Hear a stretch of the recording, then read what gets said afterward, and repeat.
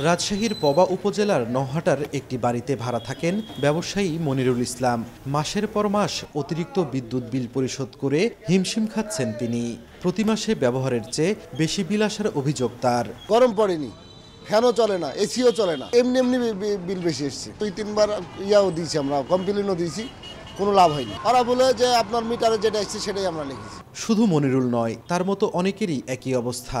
রাজশাহী বিভাগে নেসকোর প্রায় 11,32,000 গ্রাহকের মধ্যে প্রিপেইড মিটার ব্যবহার করেন 3 লাখ গ্রাহক। তাদের অভিযোগ, প্রিপেইড মিটারে টাকা রিচার্জ করার সঙ্গে কেটে নেওয়া হয় বিভিন্ন চার্জ।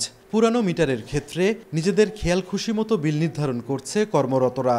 এ নিয়ে নেসকো ও পল্লী বিদ্যুৎ সমিতিতে একাধিকবার অভিযোগ দিয়েও কোনো সমাধান মিলছে না। আগে 700, 500 এরকম বিল আসতো, এখন 1500, 2000 এরকম বিল আসে।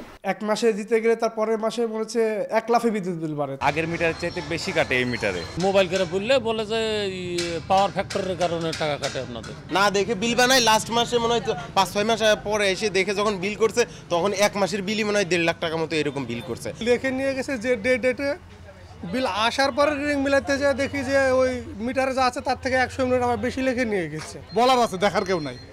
আমাদের যারা প্রতিনিধি থাকে তারা কেউ দেখে না। তবে নেসকোর দাবি, গ্রাহকদের অভিযোগের ভিত্তিতে সমাধান করে দেয়া হচ্ছে।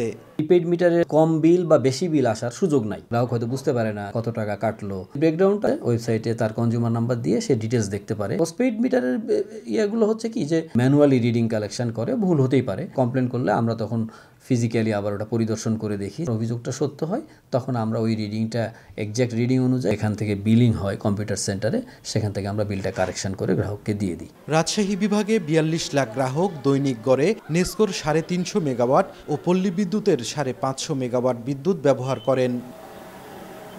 সাইফুর রহমান রকি, সময় সংবাদ, রাজশাহী।